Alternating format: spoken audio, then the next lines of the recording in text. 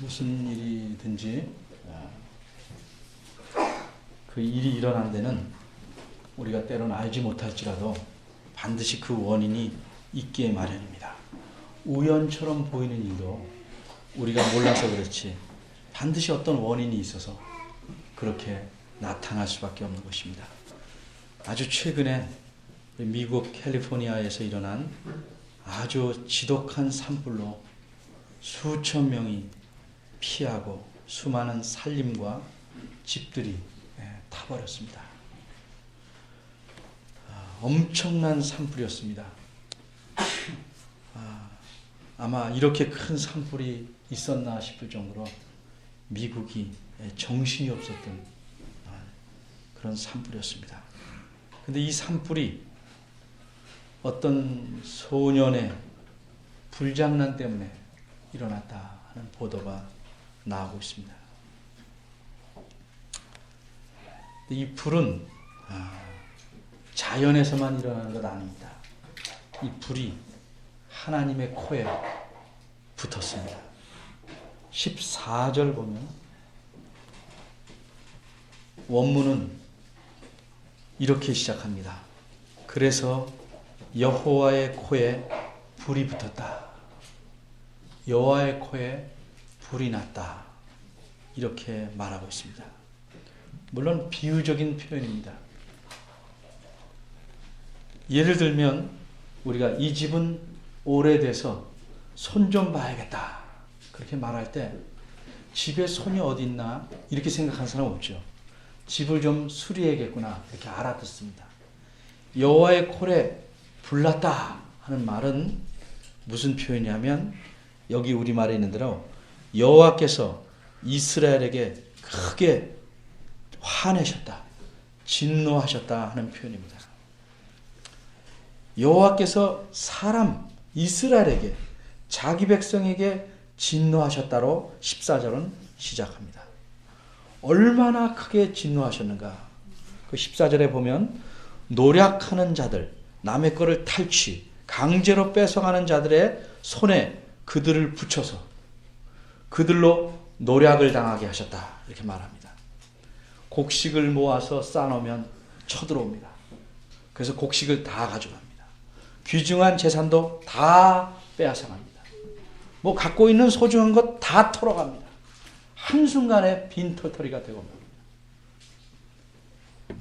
다 노력하는 사람들도 때를 알아서 씨를 뿌릴 때는 오지 않습니다. 왜? 기다립니다. 다 거둘 때 그때 와서 걷어갑니다. 노력하는 자들이 거듭해서 와서 이스라엘 백성들이 해놓은 모든 곡식과 모든 필요한 물건들을 다 가지고 갑니다. 15절 뒷부분에 보면 또 사방 모든 대적의 손에 파셨다 이렇게 말합니다. 곡식뿐만 아니라 사방 모든 이스라엘의 원수들이 와서 약탈해가고 사람들도 잡아갑니다. 필요한 건 다 가져갑니다. 병든 사람은 놔두고 반반한 여자, 힘센 남자 데려가서 포로로, 노예로 실컷 잡아가고 약탈해갑니다. 이스라엘 주변은 여러 나라들이 있습니다. 한쪽이 끝나면 다른 쪽에서 어떤 때는 두세 군데서 같이 사방으로 덤벼들어서 모든 걸 다 앗아갑니다. 재물과 목숨, 사람까지 다 잃게 만듭니다. 그렇게 오는 사람에 대해서는 대항을 하면 좀 되지 않겠는가 그렇게 생각할 수 있지만 15절 뒷부분은 그들이 다시는 그 대적들을 당하지 못하였다. 대항해봤자 이기질 못합니다. 늘 칩니다. 이길 수가 없습니다. 다시는 대항할 수 없을 만큼 고스란히 당하게 됐어요. 대항하면 하는 만큼 더 짓누르니까 꼼짝없이 고스란히 당하게 되었던 것입니다. 이런 일들이 얼마나 계속된지 아십니까? 이른바 사사시대 300년이 넘는 동안 계속됩니다.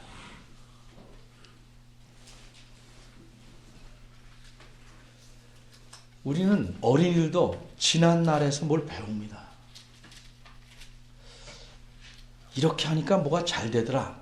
그럼 그게 익혀서 그 다음엔 그렇게 합니다. 해보니까 이렇게 하면 더 잘 돼. 그럼 다음번에 할 때는 그 더 잘 되는 방법으로 합니다. 이렇게 배워가는 사람, 다시 말해서 지난 일, 과거에서 무엇을 배워가는 사람은 지혜로운 사람입니다. 근데 배워도 꼭 나쁜 것만 배우는 인간들이 있어요. 이렇게 때리니까 더 세게 울더라. 이렇게 때리니까 제가 더 괴로워하더라. 그래서 그 다음부터는 더 방법을 해서 어떻게 하면 괴로워질까? 이런 사람들은 악한 사람입니다. 어린이들도 그런 싹을 가진 애들이 많아요. 나쁜 것만 잘 익혀서 아주 고루고루 써먹는 애들.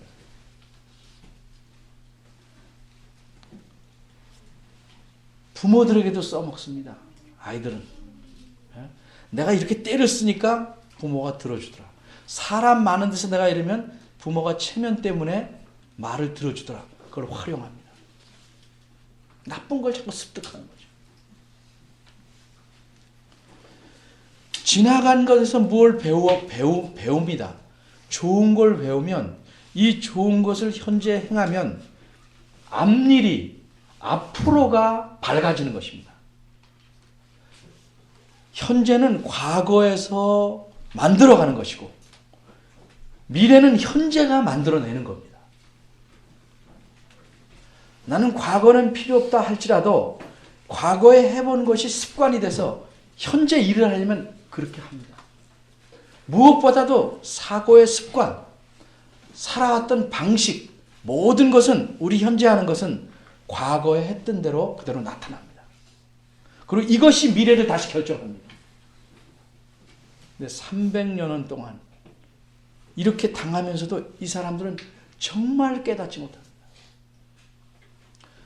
나라 전체가 깨닫지 못합니다. 이럴 수가 있을까? 있습니다. 그래서 우리는 역사에서 배우는 겁니다. 성경에서 참 여러 가지를 배우는 겁니다. 이 성경이 우리 삶에 얼마나 큰 영향을 미치는지 잘 배우면 참으로 우리의 삶이 하나님이 원하시는 삶이 되는 것이고, 그렇지 못하면 이들의 잘못을 다시 반복합니다.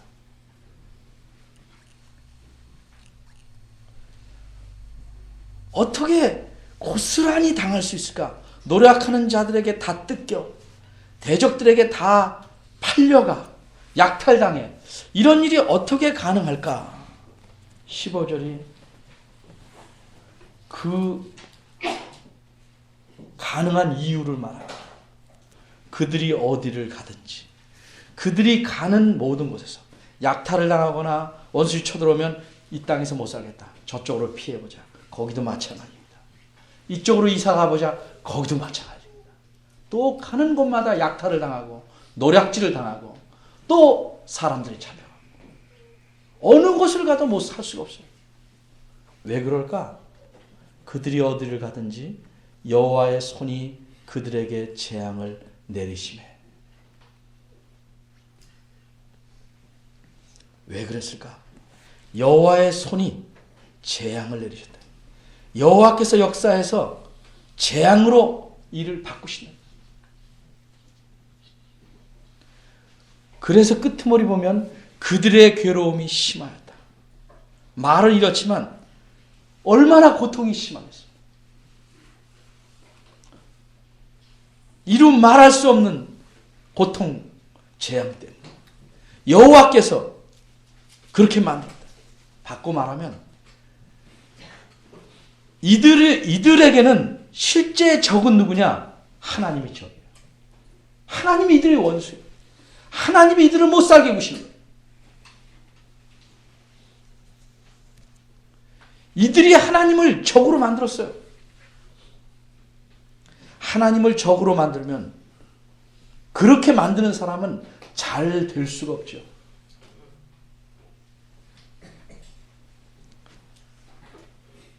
남편과 아내를 서로 적으로 생각하면 잘 될 리가 있겠어요?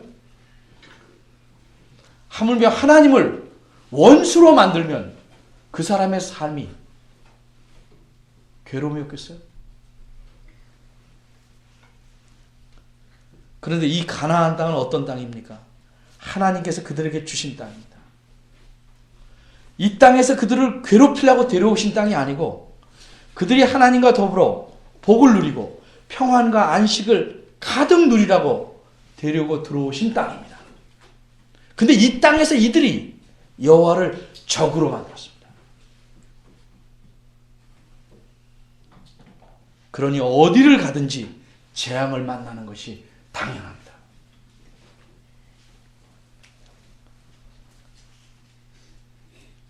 그럼 왜 하나님께서는 이렇게 하셨을까? 자기가 데려온 백성을 왜 적으로 대하시는가? 예를 하나 또 들어봅시다. 어떤 사람이 늘 바르고 옳은 일을 추구하고 늘 선한 일을 베풀고 웃는 모습이에요. 그 사람만 보기만 해도 기분이 좋아요. 근데 그 사람이 한번 화를 낼 때는 그만한 이유가 있죠.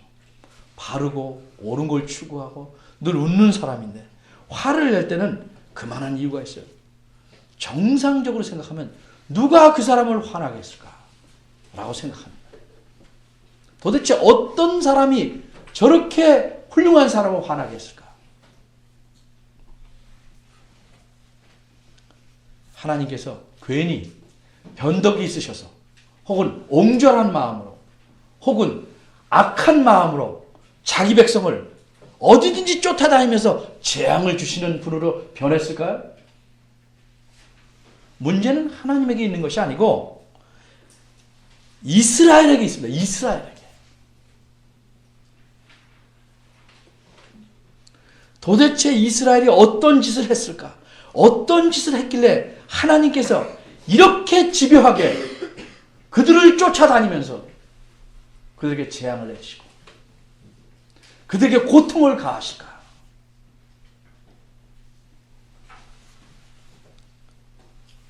그 원인을 설명하는 것이 11절에서 13절입니다. 오늘은 본문을 밑에서부터 올라옵니다.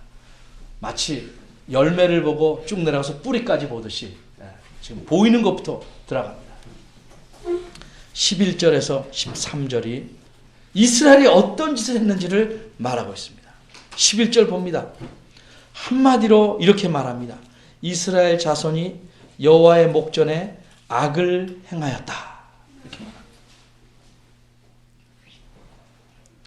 여기 목전에라는 말은 한문의 뜻은 앞에서, 보는 앞에서 이런 뜻인데 엄밀히 말하면 그런 뜻이 아니고 하나님이 보시기에 사람들이 볼 때는 당연한 일일지 모르지만 하나님이 보시기에는 악이었다 이 말이에요. 그 악을 행했다.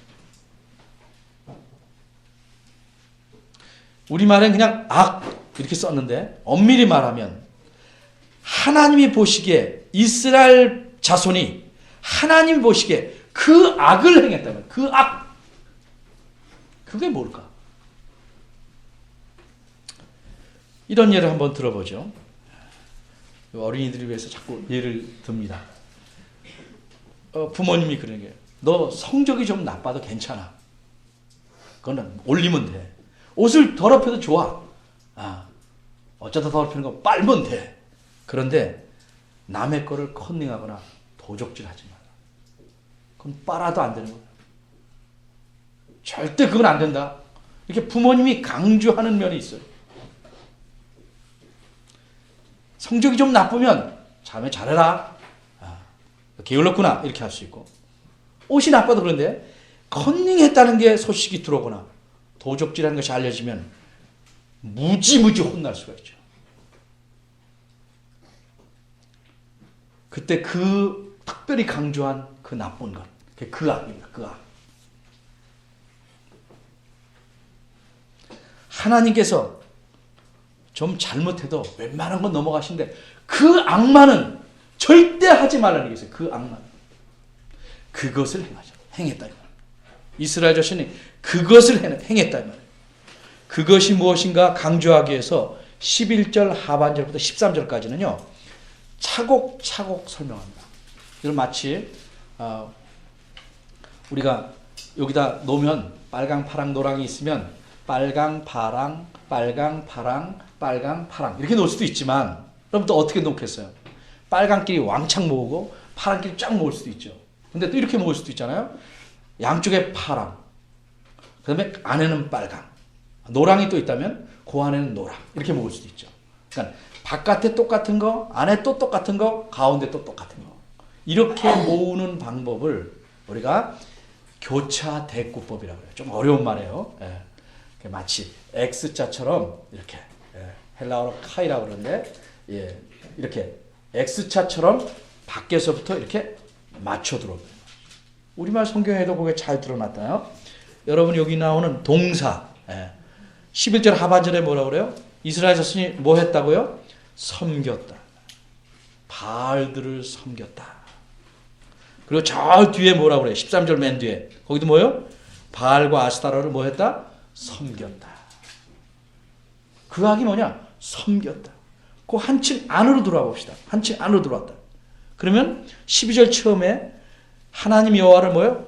버렸다. 그러면 13절 안으로 들어오면 13절 앞부분에 여호와를 뭐예요? 버렸다. 섬겼다. 버렸다. 같은 말을 나란히 놨어요.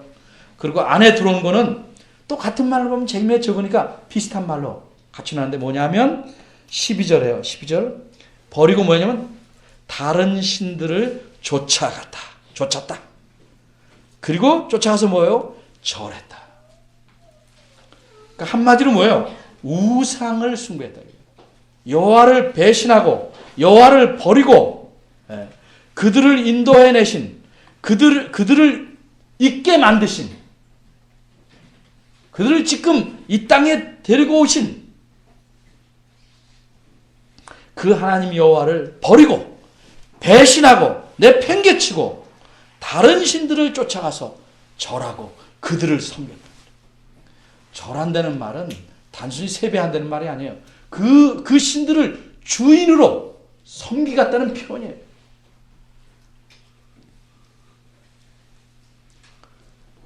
근데 무엇을 섬겼냐? 바알들. 바알. 각 나라마다 주신이 있어요. 으뜸되는 신은 보통 바알, 주인이라는 뜻으로 쓰는데 이 가나안에도 바알이 있어요. 바알. 이게 가장 중심되는 신인데 농사, 풍요와 번영을 가져오는 신이에요. 폭풍의 신이요, 날씨의 신이에요. 그리고 보통 요 밑에 나오는 아스다롯. 아스다롯 신은 다른 말로 또 다른 데서는 아세라 이렇게 말하죠.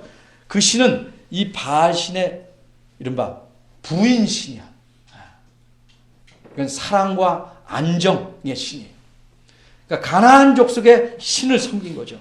바알들이라고 한 것은 그 바알이 산당마다 있잖아요. 산당.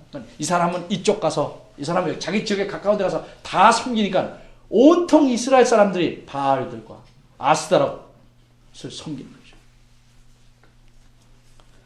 그런데 신을 왜 섬길까요? 가나안 사람들이 광야에서 살 때는 하나님이 만나를 주셨어요. 가나안 땅에 들어가면 농사를 지어야 돼요. 그 농사 모든 하는 것들과 방법들을 가나안 사람과 접촉하면서 많이 배우게 되죠. 근데 가나안 사람들은 어떻게 해요? 농사를 시작하면 이 농사를 잘 되게 해주옵소서 하고 우리식으로 말하면 돼지 머리 갖다 놓고 절하고 또 수확하고 이런 걸 자꾸 배우죠. 그래야 농사가 잘 되는 것처럼 자꾸 생각한단 말이에요. 그 문화에 젖어드는 거죠. 그러니까 우리나라도 그래요. 잘 배운 사람이 못된 사람이나 못 배운 사람이나 건축을 시작할 때는 다 돼지머리에다가 그 입에다 또 파란 돈 찔러 넣고 또 상랑식인가요? 뭐 할 때 또 건축대도 이거. 심지어 어떤 교회를 짓는 데는 건축업자가 또 그렇게 하려고 해서 그 교회에서 못하게 한 적도 있어요. 이런 기가 막힌 일들이 다 벌어진다. 그 문화에 자연적으로 접하게 되는. 그래서 그들을 내쫓지 않으면 가시와 올무가 된다고 말한 거죠. 다른 신으로 빠져들어가고 다른 신으로. 그러니까 그렇게 해서 잘 먹고 잘 살기 위해서 하나님은 이 땅에 들어가면 잘 먹고 잘 산다. 나를 잘 섬겨라. 그러면 책임진다라고 말씀했는데 들어가면서 그들과 접하면서 그렇게 해야 잘 산다고 생각하는 거예요. 농토가 비옥하려면 바알을 섬겨야 된다. 번영과 안정을 누리려면 아스타로스 섬겨야 된다. 자꾸 생각이 바뀌어가는 거죠. 자기가 잘 되기 위해서 신을 섬기는 거죠. 이른바 그 신들은 한마디로 묶으면 물신이에요. 물. 재물의 신이라 해요. 재물의 신. 재물의 신. 요즘으로 하면 뭐가 재물의 신이에요? 요즘은 이런 신의 역할을 하는 게 다양해졌어요. 어떤 사람은 공부를 잘해야 내가 잘 먹고 산다. 그래서 공부 제일주의로 달라가. 이건 공부 자체가 물신이 된 거죠. 물신. 어떤 사람은 돈을 잘 벌어야 우리가 잘 살 수 있다. 돈에 온전히 집착합니다. 돈 자체가 우리의 신이 되는 거죠. 어떤 사람은 권력이 신이 되는 겁니다. 거기에 모든 것을 몰아넣는 거죠. 올인한다고 그러죠. 몽땅 다 집어넣는 거죠. 그걸 추구하기 위해서. 여러분들이 자녀에게 무엇을 가르치느냐 이 말이죠. 여러분은 자녀들에게 가만히 보면 물신을 섬기기를 가르치는 것 같아요. 물신을. 그러니까 여러분의 삶에서는 물신을 섬기는 냄새가 물씬 나요. 무엇을 섬기게 하느냐. 굉장히 큰 유혹입니다, 이거. 모든 주변의 사람들이 그렇게 돌아가기 때문에 나도 모르게 그렇게 해야만 살 것처럼 보이는 겁니다.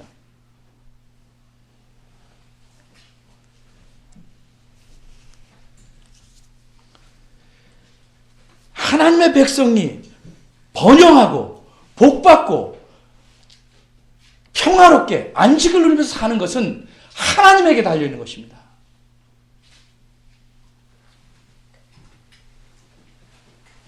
근데 그 하나님을 자녀들에게 내 삶으로 또 입으로 가르치지 않습니다. 가르치지 않고 딴 거를 은연중에 가르칩니다. 이제껏 말한 모든 것들을 자녀들에게 계속 가르칩니다. 왜 하나님을 가르치지 않냐라고 물으면 아주 굉장히 자녀를 존중하는 척 어떤 부모는 말합니다. 우리 교회 교인들한테는 한 번도 제가 안 물어봤으니까 아무로 삐질 사람 없을 거예요. 뭐라고 말하냐면 우리 자녀만은 자발적으로 하나님을 섬기게 하고 싶습니다. 그래서 기독교를 강요하고 싶지 않습니다. 과연 그렇게 될까요? 정말 자발적으로 그렇게 가르치고 싶으면 뭐든지 자녀가 하도록 놔두세요. 왜 딴 거는 강요해요? 왜 딴 거는 가르쳐요? 왜 예수님과 하나님만 빼놓고 딴 건 다 가르치자는 거예요? 그건 결국 부모의 삶에서 예수님과 하나님이 가장 소중한 것에서는 거리가 멀다 하는 걸 자녀들이 금방 배우는 겁니다. 그것들보다 이런 내가 추구하는 것보다 예수님 하나님은 먼 것이다. 소중하지 않은 것이다를 저절로 가르치는 겁니다. 성경은 분명히 말합니다. 자녀들에게 들어가나 나오나 늘 하나님을 가르치고 그의 말씀을 부모가 가르치도록. 그 일은 교회에 맡기는 것이 아닙니다. 부모가 하는 겁니다. 자기의 삶으로 하나님 말씀을 통해서 가르치는 겁니다.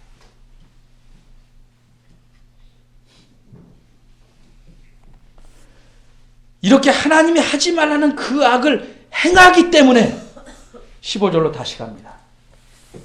어디를 가든지 여호와의 손이 그들에게 재앙을 내리심에 곧 여호와께서 말씀하신 것과 같고, 바꿔 말하면 여호와께서 그들에게 맹세하신 것과 같이 되었다는 거죠. 하나님을 섬긴다는 것은 이분을 주인으로 섬깁니다 하고 약속을 하는 겁니다. 바꿔 말하면 우리가 방을 얻을 때 계약을 씁니다. 좋은 비유는 아닙니다만 계약서에 씁니다. 2년 동안 1,000만 원에 한 달에 100만 원씩 내고 있겠습니다. 많아요. 중간에 그러면 계약서 이렇게 있잖아요. 그럼 할 말 없죠. 그렇죠. 이 계약은 매우 중요하게 여깁니다. 하나님을 섬기는 건 내 삶을 하나님께 맡깁니다. 피로 계약을 맺은 겁니다. 그런데 그것은 전혀 소중하게 여기지 않습니다. 등록문답 예배 시간에 해도 그 전혀 소중하게 여기지 않습니다.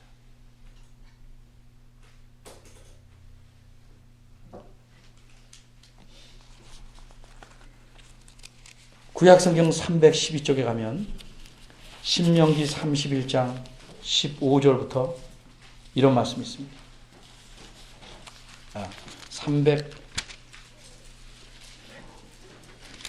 331장 16절 제가 읽어보겠습니다. 여호와께서 모세에게 이르시되 너는 너희 열조와 함께 자려니와 이 백성은 들어가 거할 그 땅에서 일어나서 이방 신들을 음란히 좇아 나를 버리며 내가 그들과 세운 언약을 어길 것이라. 그때 내가 그들에게 진노하여 그들을 버리며 내 얼굴을 숨겨 그들에게 보이지 않게 할 것인즉 그들이 삼킴을 당하여 허다한 재앙과 환난이 그들에게 임할 그때 그들이 말하기를 이 재앙이 우리에게 임함은 우리 하나님이 우리 중에 계시지 않은 까닭이 아니냐 할 것이라. 그들이 돌이켜 다른 신을 좇는 모든 악행을 인하여 내가 그때에 반드시 내 얼굴을 숨기리라. 그러므로 이제 너희는 이 노래를 써서 이스라엘 자손에게 가르쳐서 그 입으로 부르게 하여 이 노래로 나를 위하여 이스라엘 자손에게 증거가 되게 하라. 내가 그들의 열조에게 맹세한 바 적과 꿀이 흐르는 땅으로 그들을 인도하여 드린 후에 그들이 먹어 배부르고 살찌면 돌이켜 다른 신들을 섬기며 나를 멸시하여 내 언약을 어기리니 그들이 재앙과 환난을 당할 때에 그들의 자손이 부르기를 잊지 아니한 이 노래가 그들 앞에 증인처럼 되리라. 나는 내가 맹세한 땅으로 그들을 인도하여 들이기 전 오늘날에 나는 그들의 상상하는 바를 아노라.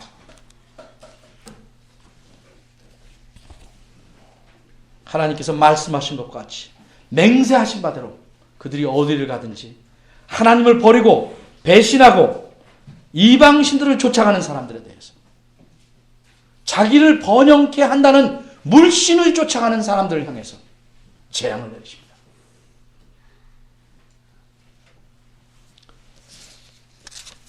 누누이 경고했습니다. 하나님께서는 이렇게 말하면 신명기 6장에 가면 14, 15절 너희는 다른 신들 곧 내 사면에 있는 백성의 신들을 좇지 말라. 너희 중에 계신 너희 하나님 여호와는 질투하는 하나님이시다. 너희 하나님 여호와께서 네게 진노하사 너를 지면에서 멸절시킬까 두려워하라.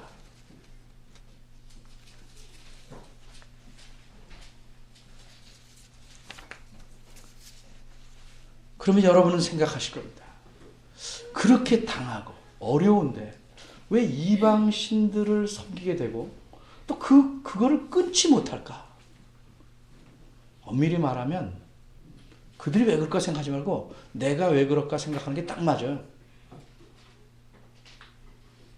우리 삶을 가만히 들어보면 거의 다를 바 없어요. 다만 눈에 보이는 신상이나 동상만 없을 뿐이지 우리의 삶이란 게 거의 비슷하지 않을까. 평균적으로 말하면. 성경은 이 근본적인 문제의 뿌리가 무엇인지 근본적 원인이 하나님을 버린 배반한 근본적인 그 원인 문제의 뿌리가 무엇인지를 그 앞에서부터 설명합니다. 6절에서 10절입니다. 사람들은 자기에게 문제가 생기면 그 문제를 분석합니다. 누구든지. 아이들부터 어른까지 다 생각합니다. 넓게 생각하든 좁게 생각하든 다 분석을 합니다. 그런데 그리스도인들이 현명한 사람인 것 같이 보이는 사람들도 이렇게만 봅니다. 이게 내가 이 일을 해서 안 된 거는 경제가 어렵지 않은가? 혹은 내가 몫이 나쁜 데다 하지 않았는가? 혹은 정치가 좀 불안해서 그러지 않는가? 하여튼 혹은 계획이 좀 딱 들어맞지 않아서 안 되나? 여러 가지 정치, 사회, 경제, 계획 다방면으로 다 생각해 봅니다. 그리고는 다시 또 해봅니다. 그리고 또 망합니다. 그리고 또 생각해보고 또 합니다. 무엇이 그리스도인들이 문제를 보는 데 주로 빠지냐면 영적인 시각입니다. 영적 그러면 제가 가급적 안 쓰는 말인데 풀어드리겠습니다. 영적이란 말은 하나님의 시각에서 문제를 보는 거예요. 좀 바꿔 말하면 하나님과 나의 관계에서 그 문제를 보는 거예요. 하나님과 나의 관계. 하나님이 보는 관점에서 문제를 보는 거예요. 그렇게 보지 않고는 내가 이루는 성공도 실패로 가는 징검다리입니다. 이스라엘 문제의 뿌리는 무엇인가? 성경은 경제적으로 어떻고 뭐 얘기하지 않습니다. 정치적으로 또 전혀 얘기하지 않습니다. 영적으로 설명합니다. 하나님의 관계에서 설명합니다. 성경적으로 설명합니다.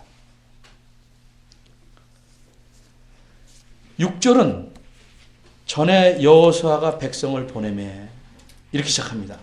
사실 사사기 1장은 여호수아가 죽은 후에부터 시작되는 건데 여기 지금 그 문제의 뿌리를 다루기 위해서 여호수아가 살아있을 때부터 얘기합니다.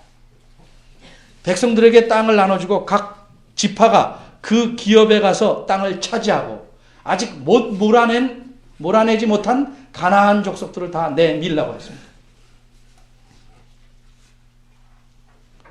그런데 여호수아가 사는 날 동안은 하나님을 잘 섬겼습니다. 이방 신들을 섬기지 않았습니다. 여호수아 다음에 장로들, 신앙의 원로들이 사는 동안, 그 다음 세대라고 말하시죠. 그때도 잘 섬겼습니다. 왜냐하면 여호수아 살던 시대나 그 다음 시대에는 7절에 있는 대로 여호와께서 이스라엘을 위하여 행하신 모든 큰 일을 본 자의 사는 날 동안에 여호와를 섬깁니다. 하나님께서 하신 일을 기억하고 그가 베푸신 은혜를 감사하고 생각하고 그분이 어떤 분이시고 우리에게 어떻게 행하시고 무엇을 요구하는지 알고 살았습니다. 여호와를 알고 믿고 그분께 감사하고 살았어요.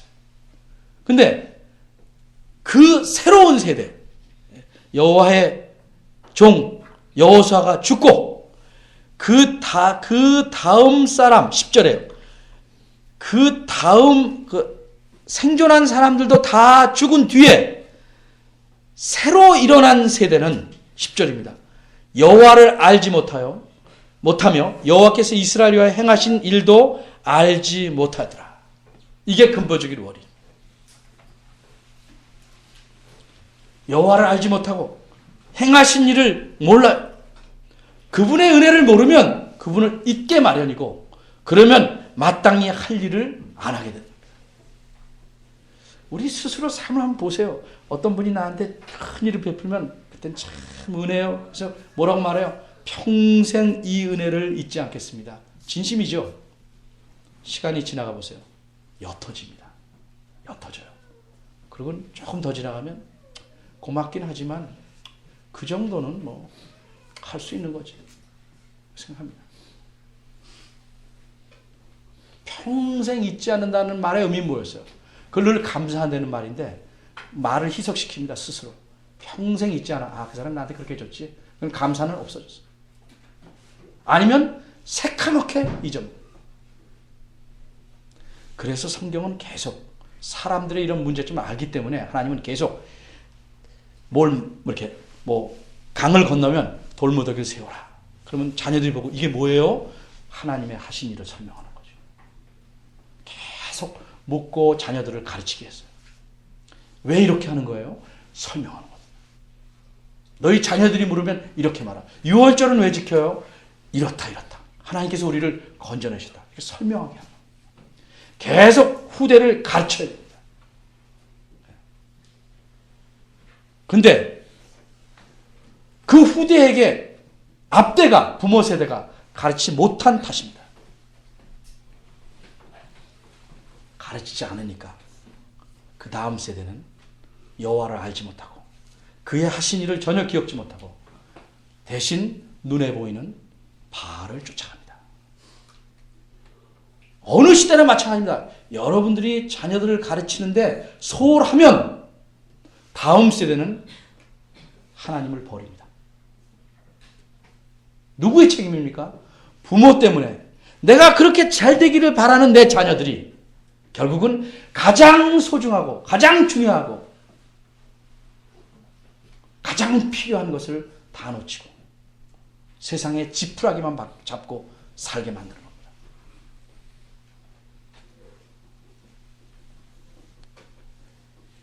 하나님께서 가정을 세우신 것은 짐승처럼 먹고 살게 하기 위한 게 아닙니다. 성경에 오늘은 거기 다루지 않지만 참으로 경건한 가정을 이루게 하기 위함입니다.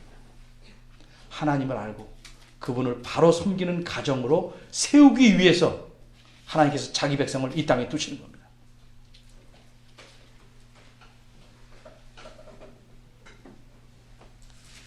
여러분의 가정을 그런 가정으로 만들지 못하면 여러분의 자녀들은 앞길이 뻔합니다. 하나님을 알고 그분의 은혜에 감사하고 그분을 믿고 신뢰하고 섬기지 않으면 그의 삶은 무너지는 겁니다. 그리고 하나님을 적으로 만드는 것입니다. 하나님을 적으로 만들어서 거기서 살아날 자가 있습니까? 하나님을 적으로 만들어서 잘 될 사람이 있습니까? 야고보서 4장 4절은 경고합니다. 세상과 벗된 것이 스스로 하나님과 원수되게 하는 것을 알지 못하느냐. 우린 이 세상 속에서 삽니다. 그래서 세상과 여차하면 쉽게 벗이 됩니다.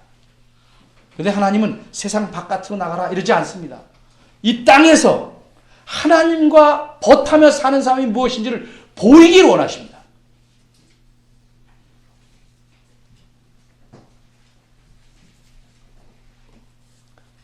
하나님이 이 백성들을 위해서 하신 일이 여기서 끝나진 않고 계속 진행되지만 오늘 본문 말씀에 의거해서 우리가 생각해 보면 하나님은 자기를 버리고 배신한 자에게 진노하시는 분이다 하는 사실입니다. 겉으로는 하나님의 백성입니다. 실제 그 심중에는 누구를 나의 하나님으로 섬기고 사느냐 하는 것이 버렸냐 아니냐를 결정하는 열쇠입니다. 여러분이 정말 하나님이 내가 섬길 주인이라고 생각한다면 그리고 예수 그리스도를 믿는 것이 그분의 은혜요 그분께서 생명을 던진 것 때문에 내가 멸망에서 살아난 것이라고 믿는다면 그리고 이 삶이 참으로 궁극적으로 복된 것이라고 믿는다면 자녀들을 그대로 놔두지 마십시오. 교회만 묶어놓으라는 뜻 아닙니다. 여러분들이 그분을 섬기는 만큼의 모습이 자녀에게 남아있어야 됩니다.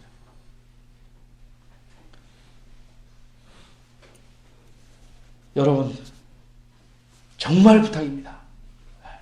하나님을 원수로 만들고서는 아무도 살아남을 자가 없습니다. 어린이들도 똑바로 들으십시오. 이 세상에서 하나님을 원수로 만들고서 살아남을 자가 없다.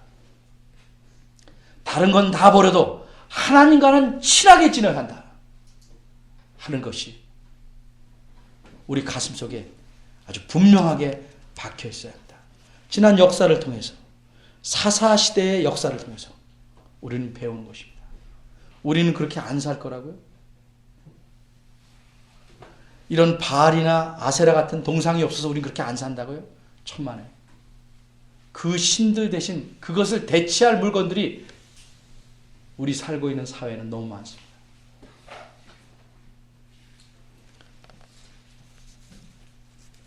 하나님이 어떤 분이신지를 분명히 알아야 우리의 삶의 방향을 명확하게 정할 수 있는 것입니다.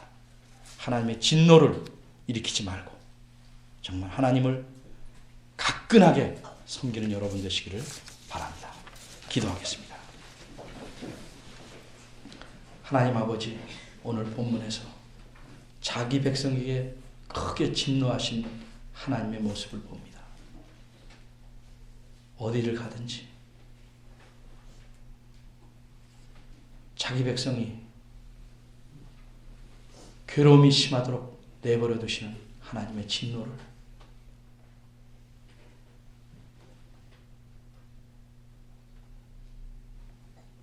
이 무서운 진노를 저희가 쉽게 생각하지 않게 하시고,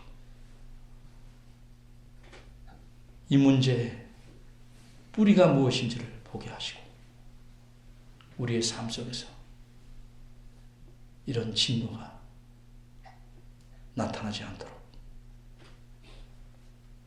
삶을 고치고 하나님께로 돌아오는 은혜가 있기를 바랍니다. 저희들을 긍휼히 여겨주시기를 바라옵나이다. 예수님의 이름으로